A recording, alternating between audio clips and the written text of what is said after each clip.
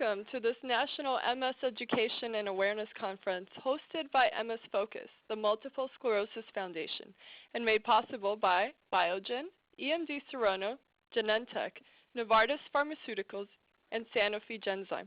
I am your host, Mary Ann Lee Primer. I'm the Multimedia and Communications Coordinator for MS Focus, and joining us is Advanced Nurse Practitioner Megan Weigel, who's also a multiple sclerosis certified nurse. And she'll be talking to us about living the wellness lifestyle. So for people who are listening online, there are slides available for this presentation. In order to ask questions during the Q&A section following the presentation, you'll need to connect to the conference online. Those of you listening over the phone who would like to ask a question, go to readytalk.com and join with the access code 7766805. Again, to connect to see the slides or ask questions after the presentation, go to readytalk.com and join with the access code 7766805. Our speaker, Megan Weigel, works at Baptist Neurology in Jacksonville Beach, Florida. She received her Doctor of Nursing practice degree from the University of Florida, and she has extensive experience in clinical care of people with MS and has had an active role in MS research.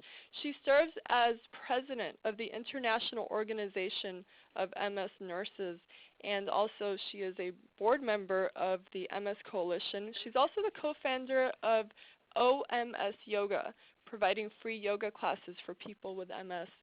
Megan, thank you so much for joining us. So thank you guys for being here this evening. My name's Megan Weigel. I'm a nurse practitioner up in Jacksonville, as Mary Ann Lee said, and I'm really happy to be talking about wellness, which is really my favorite thing to talk about.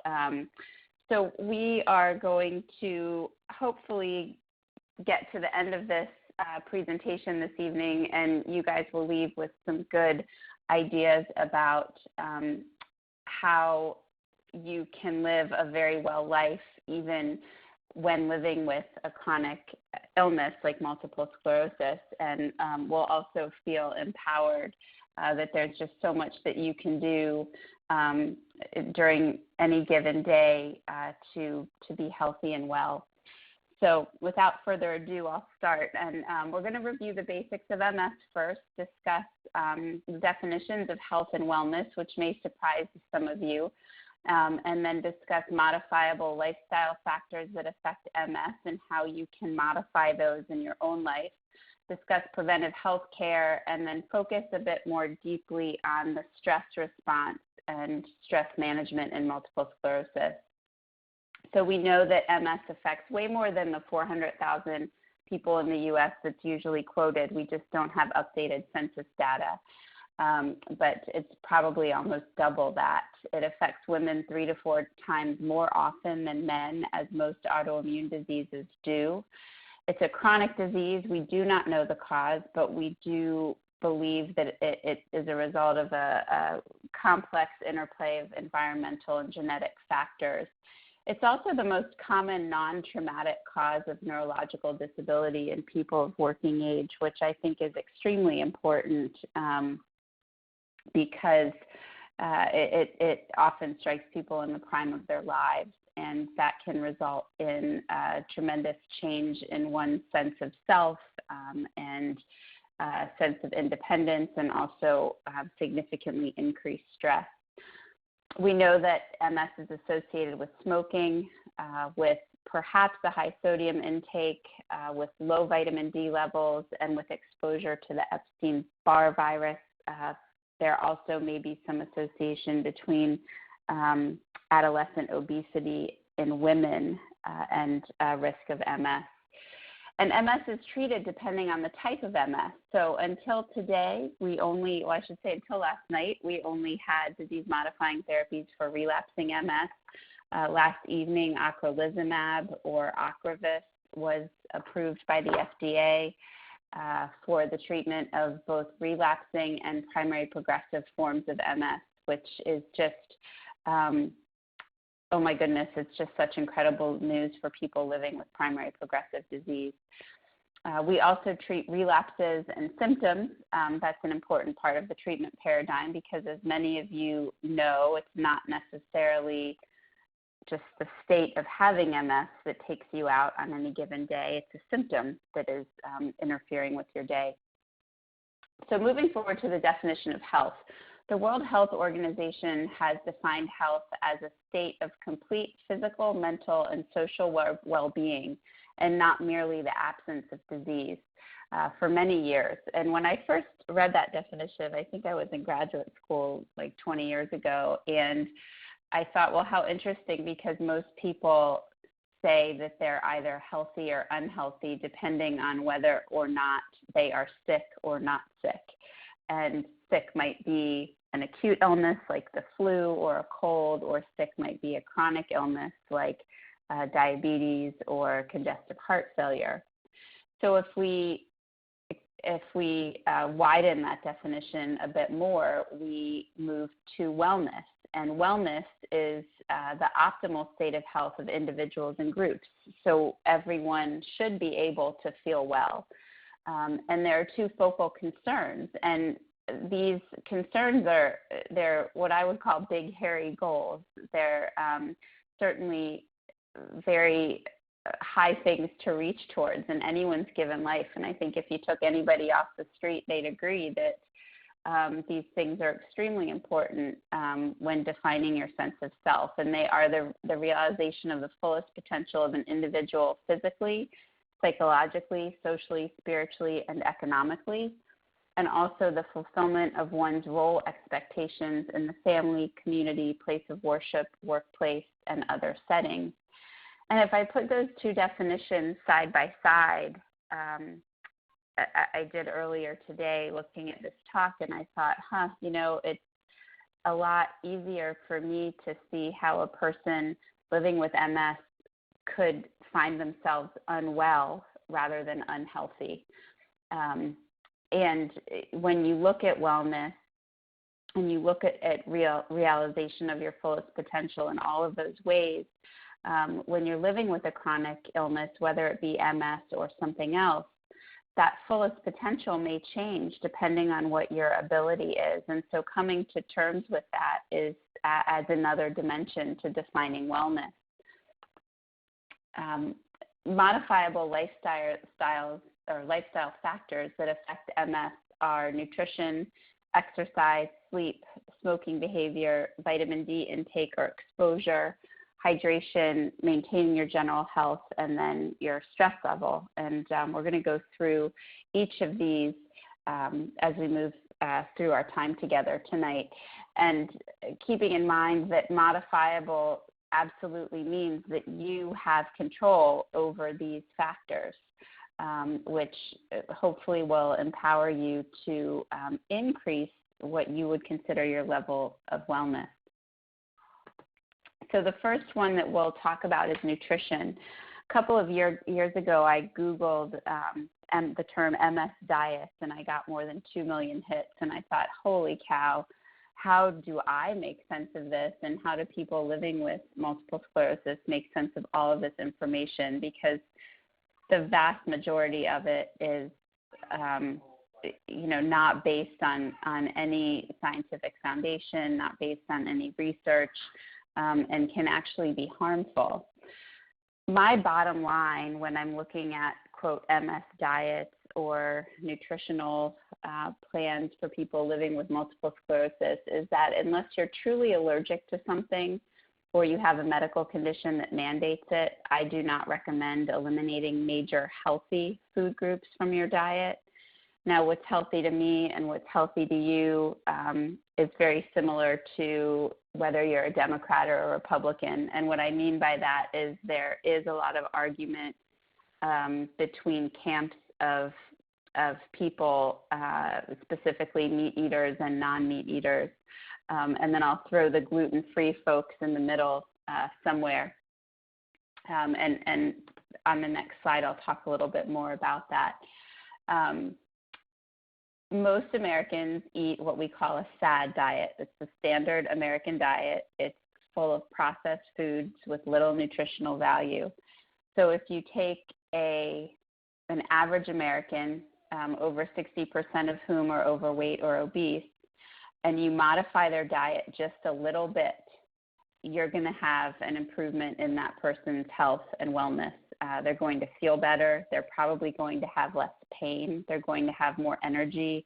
They're going to sleep better, and they're going to most likely have improvement in their mood. So the most popular MS diets are probably good for you anyway, just because they focus on whole, real, nutritious foods. The oldest one is the Swank diet. It's been around since, I think, the 20s. It bans all dairy, all gluten, legumes, which are beans and some other vegetables, and then all saturated fats from animal products. There's a high intake of unsaturated fats from fish and fish oils, and it's pretty extreme and difficult to follow. If you modify this, it's a little bit easier to adapt. And the Gold Coast Cure, which is the next diet down, is a little bit more of a modified Swank diet. It's gluten-free, but they do allow you to eat low-fat chicken and high omega-3s. I'll call it, let's say, the more in vogue diet that people ask me about quite frequently is the Terry Wahls protocol, which is a paleo type diet.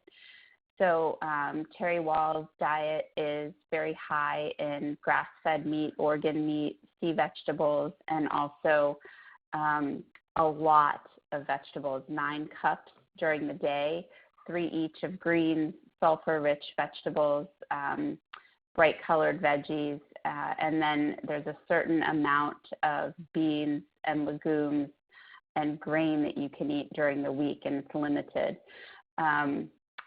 I have a certificate in plant-based nutrition. I believe that eating as much animal protein as she requires one to eat can actually lend the body towards more of an inflammatory milieu than the anti-inflammatory milieu that we would like to see from fishes that are high in omega-3s and sticking with just vegetables. However, the type of meats that she's asking people to eat are also organic, antibiotic-free, hormone-free, grass-fed, grass-finished. So if you're eating those types of meats, then you have a higher likelihood of eating less inflammatory animal protein that's very high in omega-6s. However, if you can't afford that type of meat, then you might want to reconsider the Wahls diet and choose one of the others. Another nutritional plan that I refer a lot of people to is Dr. Andrew Weil's anti-inflammatory diet. And this is a kind of a nice conglomeration of all of these together with a bit of an Asian flair. He believes that mushrooms, which are some of these sulfur-rich vegetables, are extremely good for the immune system. So those are 4 nutritional plans that I encourage people to take a look at and to see which one fits best into their lifestyle. So anecdotally, when people follow these diets, even in modified form, they feel better. So if you take a person who is eating TV dinners, potato chips, and, oh gosh, I can't think of like the sausage biscuits, the Jimmy Dean sausage biscuits every morning, and you feed them whole, real, non-processed foods, they're going to feel better. Again, rigorous scientific research has not been done on these diets, and study findings are often not reduplicated. So if you have a good response, say to an omega-3 diet plan, then the next study may not show the same result. It's very difficult to study nutrition and dietary habits because it's hard for people to remember exactly what they ate. So my general rule of thumb, again, taking a look at those diets and seeing if one seems to fit best into your ideals and beliefs about nutrition. But in general, making your diet bright in color, low in fat, with limited saturated fats, although we now believe that some saturated fats, particularly oils, like olive oil are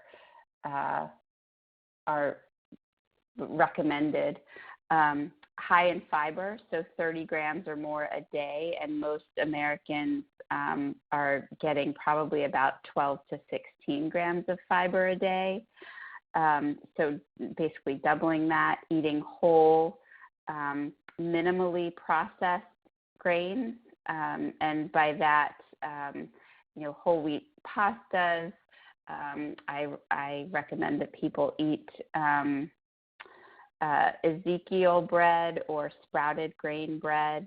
The whole wheat breads that we tend to have in our grocery stores are just as highly processed as white breads. So sprouted grains, drink lots of fluid, eating sugar, salt, and alcohol in moderation, eating fish high in omega-3s 2 to 3 times a week. And if you're not vegetarian, I believe limiting your consumption of animal protein to no more than 10% of your daily intake is ideal. So some other examples of saturated fats are, olive oil is not a saturated fat, I'm sorry, but some other examples are butter, cheeses, dairy products from whole or reduced fat milk. And some of this comes from the fact that Americans have been eating fake foods for so long. So, for example, in the 90s and early 2000s, there was the fat-free food craze. Now there's the gluten-free food craze. So you can buy all these packaged foods that are gluten-free, but they're extremely high in sugar. And Americans as a whole have gotten fatter on these foods. So it's often recommended now that you limit your intake if you are able to. Say if you're not a diabetic, you shouldn't be eating a lot of sweets anyway. So if you're going to have ice cream, have the real thing, and just have one serving size. Shop around the outer perimeter of the grocery store. This avoids all the processed foods in the center. Try to buy local vegetables and meats if you can. Farmers markets and food co-ops are really big these days in most communities. If you do eat meat, make sure that it's grass-fed and grass-finished. Grass-finished is a really important part of the equation. And then avoid farm-raised fish. Eating farm-raised fish like farm-raised salmon virtually eliminates the omega-3 benefit. So moving on to exercise. Believe it or not, exercise is associated with decreased weakness and fatigue, better mood, better bowel and bladder function in people living with MS. And people often ask me how they could possibly exercise when fatigue is their biggest problem. But exercise creates endorphins, and even just a little bit over a short period of time can improve one's energy level. Depending on the exercise, there's also an association between exercise and improvements in spasticity and pain. So I like to tell people to play every day. And what might that play look like for you? Well, if you're able to walk, run, bike, or swim, those are all good exercises. People also like aerobics. They like dancing, Pilates, yoga, Tai Chi, playing team sports, and many rehabilitation hospitals have adaptive sports programs, strength training, stretching, gardening, horseback riding, hippotherapy, which is horse therapy, really does a good job for many MS symptoms. You want to exercise during your best time of day. Conserve energy by breaking up your exercise time. So if your goal is to get in 30 minutes a day of exercise, but you're totally toast after 30 minutes of exercise, consider doing 10 minutes 3 times a day. Consider your medication side effects. If a muscle relaxer makes you sleepy, you certainly don't want to go plan to exercise after your dose of muscle relaxer. Ask for a PT evaluation to make sure that you're doing exercises correctly. Use cooling equipment, even if you are in a cool climate, because when you exercise, your body temperature rises, and that will cause your body to need more energy to move because of the heat sensitivity in MS. And I also throw in here, get your family or friends involved. So some people find it more fun to exercise with a partner or in groups. And since really there's a wellness goal as a country to improve health and wellness in our entire population, encouraging your friends and family to exercise is a good deed. Moving on to sleep. So fatigue is probably one of the most, if not the most common complaint or one of the more common symptoms of people living with MS. It's often what takes people out of the workplace. And unfortunately, we don't have medications that are FDA approved to treat MS-related fatigue. Many people are lucky enough to get medicines like modafinil and desmodafinil approved without a sleep diagnosis. But unfortunately, because of insurance restrictions, fatigue is very hard to treat. When a person with MS speaks about fatigue, we have to consider that MS may not be the cause.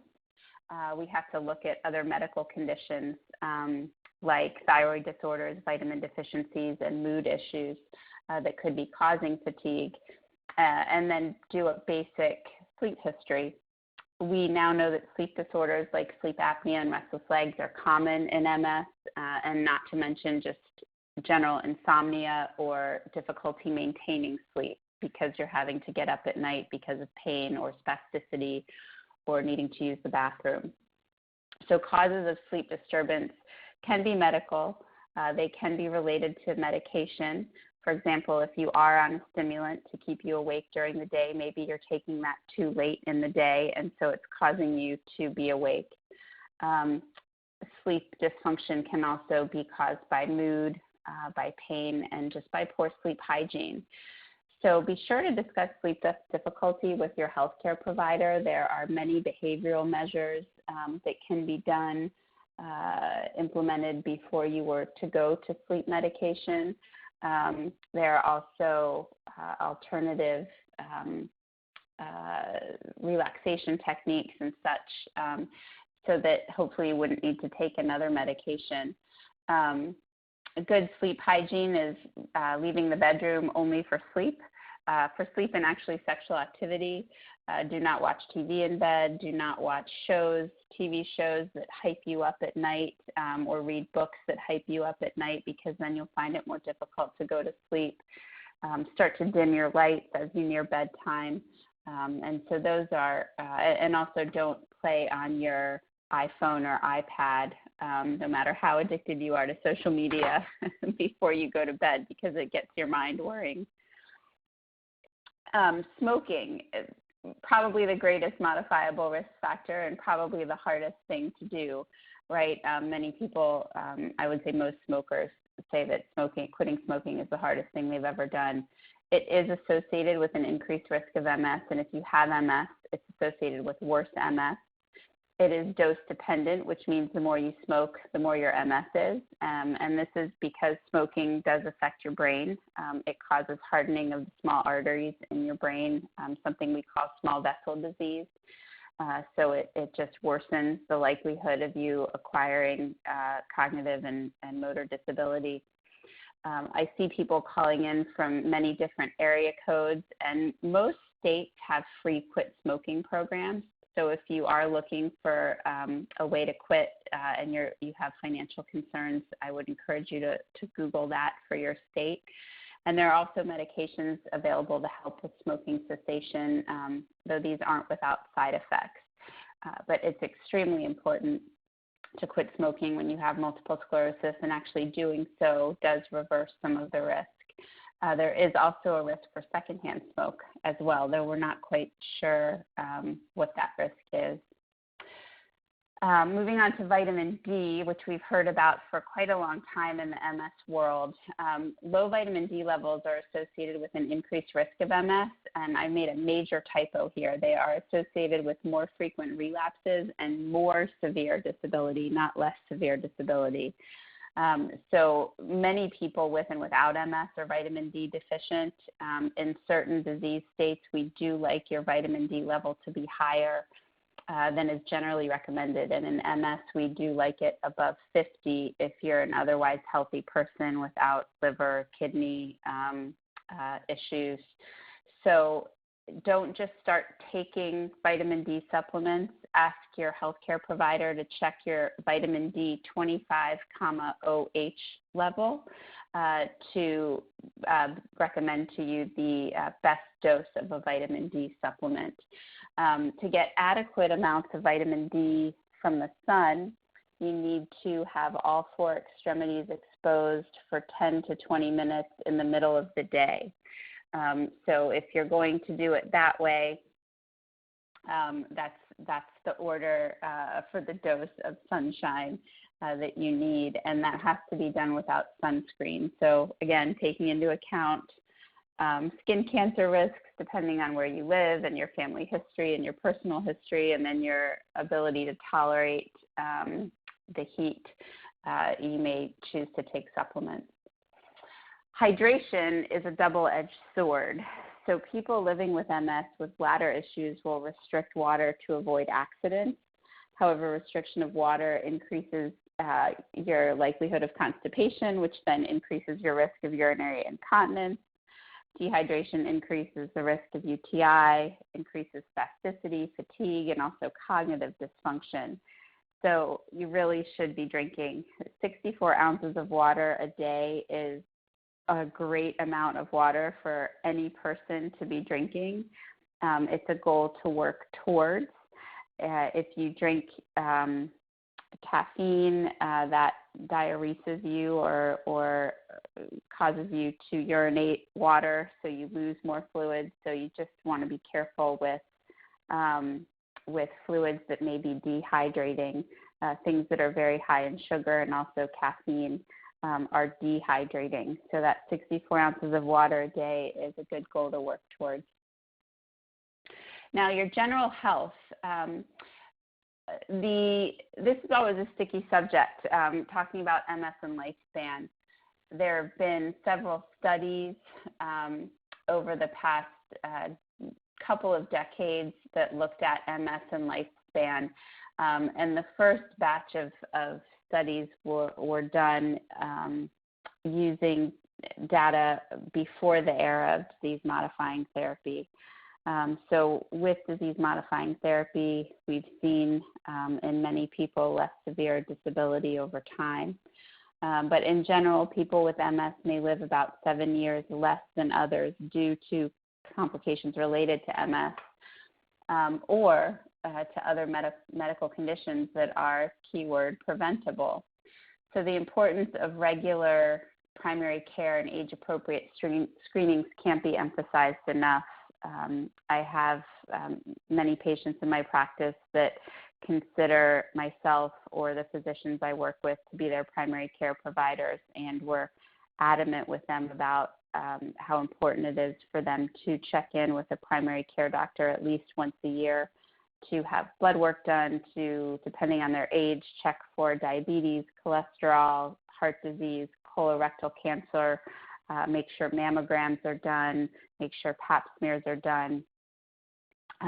So preventive screenings are extremely appropriate, and we do know that the ones that are recommended based on your age do result in less disease or in catching diseases earlier. So let's move on to stress management. We'll talk about the effects of stress on MS, review the human stress response curve, and then discuss some techniques briefly. Stress increases neuropeptides, hormones, and inflammatory chemicals that are involved in the immune response, and it increases them in a not so good way, meaning the more stressed out you are, the more inflammatory chemicals are running around your body looking for something to do. And if you have multiple sclerosis, that's not a good thing. Studies regarding significant stressors as a cause of MS, or I should say as the cause of MS onset, are conflicting. So some studies will say that after major life stressors, that those things are associated with the onset of MS, and some studies negate that and disprove that. Now, stress doesn't cause MS. So eliminating stress wouldn't, quote, cure MS.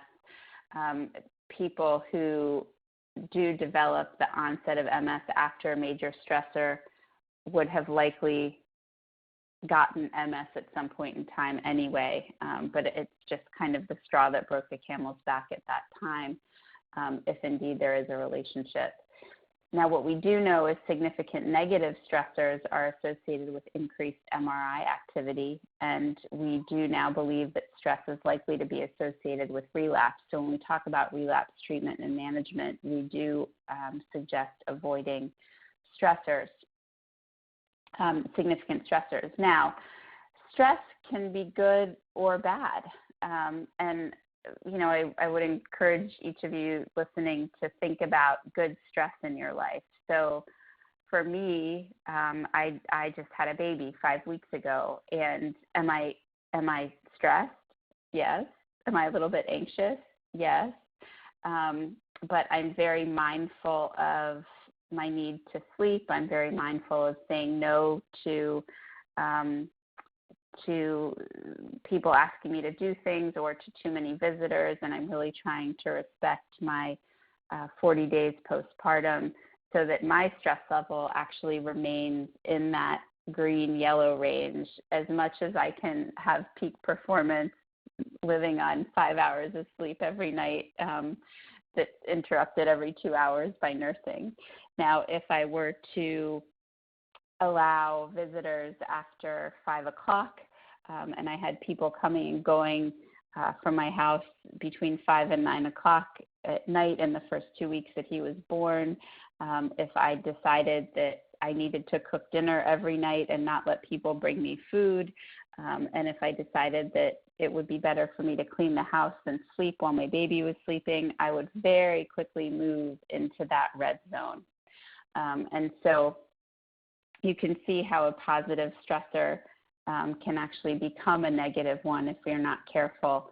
And then there are the obvious negative stressors, like illness of a loved one, death of a loved one. Sometimes moving can be a negative stressor. So really, if you think about things in your life that are going on, try to pin them, like this is a little bulletin board, pin them in the healthy or the sick side, and then try to think of ways that you can move them over to the healthy side. And it may require that you get rid of some things, and that's okay. No is the new black. So there's a lot of literature written these days in society about the importance of saying no. So some stress management techniques. Well, I think that stress management basically wraps up wellness into a neat little package. So if you can manage your stress, daily stressors that you know are coming at you, daily stressors that you cannot anticipate, if you can learn to manage those, then you can certainly maintain a better environment of wellness, because all of this encourages healthy behaviors, encourages sleep, and it doesn't take you out. So healthy diet, exercise, and adequate sleep are the roots of maintaining a healthy stress level. So you can journal away and you can meditate for an hour a day, but if you are up all night long watching television, trying to take cat naps during the day, going to McDonald's for breakfast, to Wendy's for lunch, and out to dinner with friends and drinking alcohol at dinner and not exercising, that meditation that you're doing, you might as well throw it out the window and put your money elsewhere. So starting with diet changes, starting with adding in small amounts of exercise during the day, and also getting adequate sleep are the roots, the place where you should start. And then once that recipe is going, then you can add in the other stuff. You've got this. I was just going to use the analogy of a cake and then decorating the cake, which is a really silly analogy to use when we're talking about healthy diet and exercise, but I am nursing and hungry all the time, so I'll just go with that analogy. So you've got the cake, and the cake is your healthy diet, exercise, and sleep. And then you're going to decorate your cake because now you're feeling better. So you're feeling like, gosh, maybe I do have more time than I thought I had during the day. Maybe I am a little bit less fatigued and I have some more energy. And wow, I really have more mental clarity too now that I'm not eating as much sugar and processed food. So I like to go through these mental health and spirituality components with people because they are so important. Anxiety and depression are extremely common conditions in people living with MS, and the suicide rate in MS is markedly higher than in the general population. So if you are struggling with depression or anxiety, it's very important to address that and not to sweep it under the rug, to bring it up with your healthcare provider if they don't bring it up to you.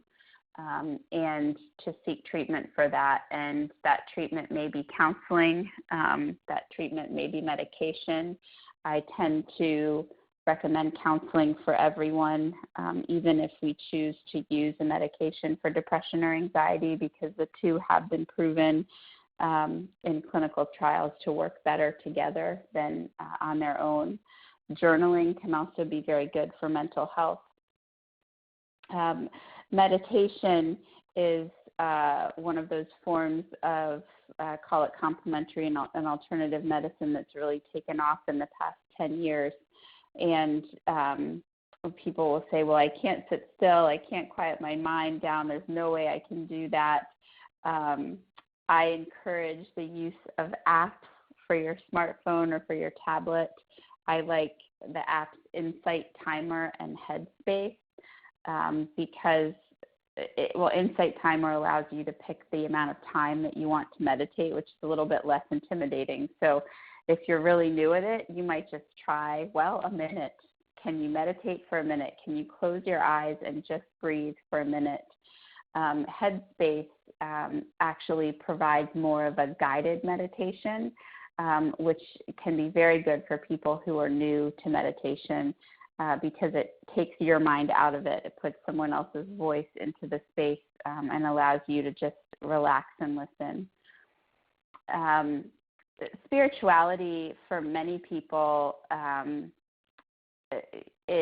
means church or religion, and for just as many people, it doesn't.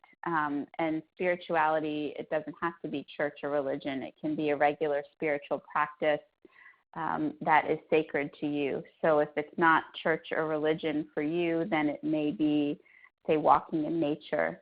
It may be sitting on the beach and listening to the ocean. It may be reading poetry. It may be a ritual that allows you time to relax. For example, sitting down with a cup of tea at night and reflecting on your day. I think it's important to incorporate spirituality into your daily life. And then community is so important. And you can find community, if we opened up these phone lines and unmuted everyone, we'd find community on these phone lines.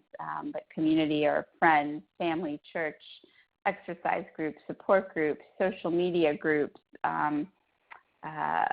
Facebook pages that you belong to. All of those things are community, and when a person feels a part of a community, there is a large role that's fulfilled, and that goes back to wellness.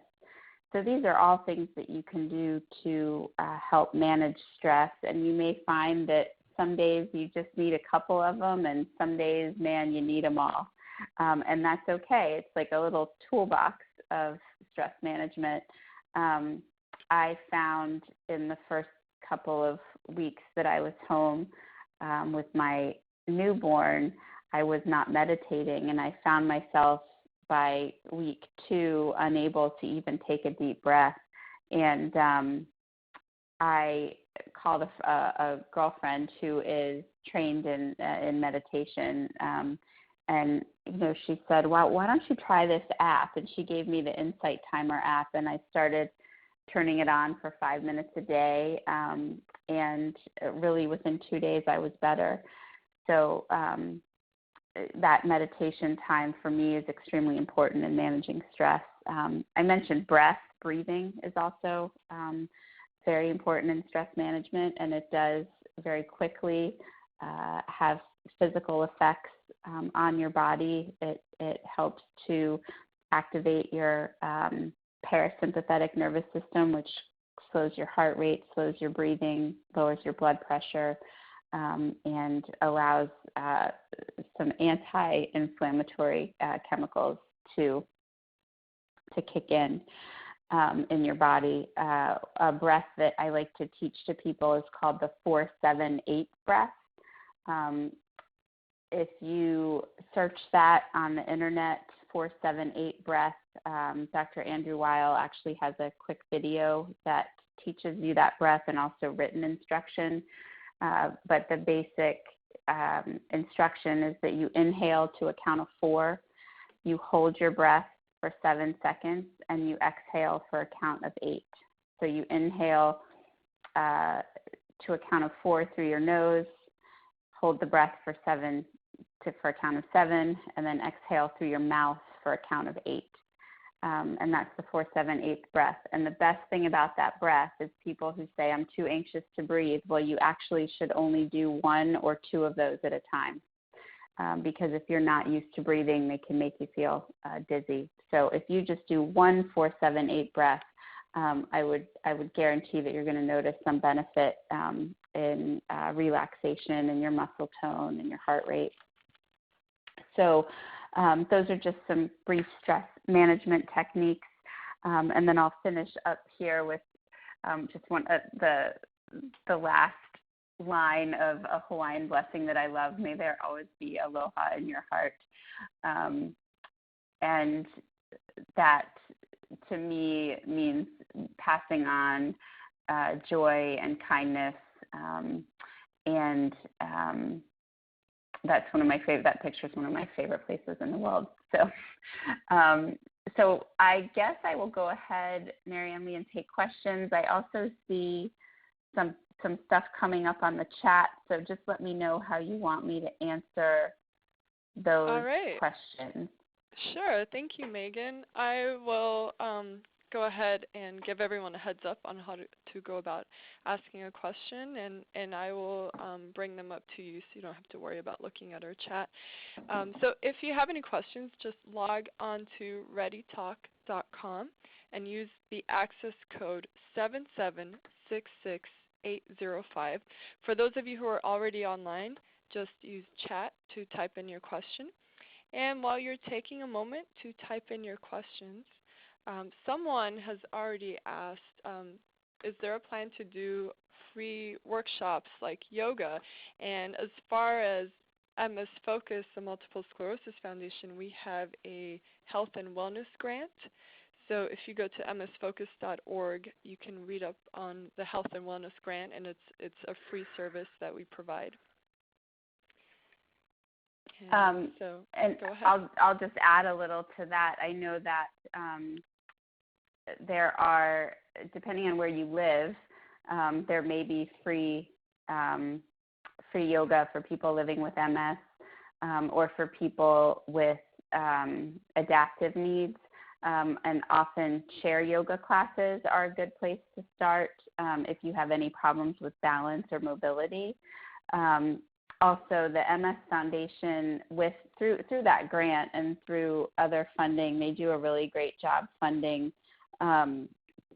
resources for people living with MS. For example, my peer, Mindy in Michigan, has Yoga Moves MS, which I believe you guys contribute to. So if you're in Michigan, look up Yoga Moves MS. If you're in Florida, look up OMS Yoga. And otherwise, wherever else you're living, I'd encourage you to either call your local MS Society chapter or check in with some local chair yoga classes. All right. And while people are getting ready to type in their own questions, well, we heard you talk about, you eating grass-fed animals, and you also talked about grass finished meats. So what is grass finished? So so animals eat grass, right? So they are not eating processed foods like Americans do, but they have, I guess it's kind of like a prebiotic and a probiotic. So most cattle will eat grass before they are moved into I'm not real familiar with the terms for how they harvest meat, so to speak. But they eat grass, they're in pastures, and then when they're moving along their lifespan to eventually become food for us, they're moved to a feedlot where they're fed grain. So they eat grass for the beginning parts of their lives, and then they eat grain towards the end of their life. So grass-finished cattle remain on a diet of being allowed to forage in a pasture and continue to eat grass until they reach their demise, to put it nicely. Okay. All right. So that's the difference, and it's believed that allowing them, like keeping them away from the grain, provides for healthier meat. Sounds good. And then I note that you also mentioned, how getting enough sleep is so important because it affects your MS symptoms. And you mentioned sleep hygiene. What is good sleep hygiene? That's a great question. So good sleep hygiene is doing things like making sure that you're going to bed and waking up at the same time every day, that you're getting at least, I would say, 7 to 8 hours of sleep per night, that when you go to bed, your bedroom really is a sanctuary. So you should only use your bedroom for sleep and for sexual activity. That when it's time to go to bed, you don't go into your room and then turn on the TV and then play with your phone, and then before you know it, it's 1 a.m. and oh gosh, all the lights are still on. That's really poor sleep hygiene. So you want to go into your bedroom to sleep. You are ready. You've already watched TV in another room or read a book. You're done with, your iPhone, your iPad, your tablet for the evening, and that allows your brain some time to settle down and get into sleep mode. You also want to avoid stimulants prior to bedtime, like caffeine and other medication that can keep you awake, and starting to give the home a nighttime feel. So turning down the lights, within a couple hours of going to bed. And many people find a ritual before bedtime, like a calming ritual, to be helpful, like maybe a cup of chamomile tea, or maybe that's when you do your meditation. But those are good components of sleep hygiene. All right. So tonight, no sleeping with the TV on. Right. Okay. Well, that's all the time that we have today. And if you missed any part of this program, it will be rebroadcast on msfocusradio.org. And it will also be on demand on SoundCloud. And you can check out MS Focus on Facebook, Twitter, and Instagram for times and updates. And Megan, thank you so much for coming on tonight. Yeah, thanks very much for having me. It was good to talk to you guys. All right, and we also want to thank our sponsors for their support, all our listeners. And I am Mary Ann Lee Primer. You have been listening to an MS Focus teleconference.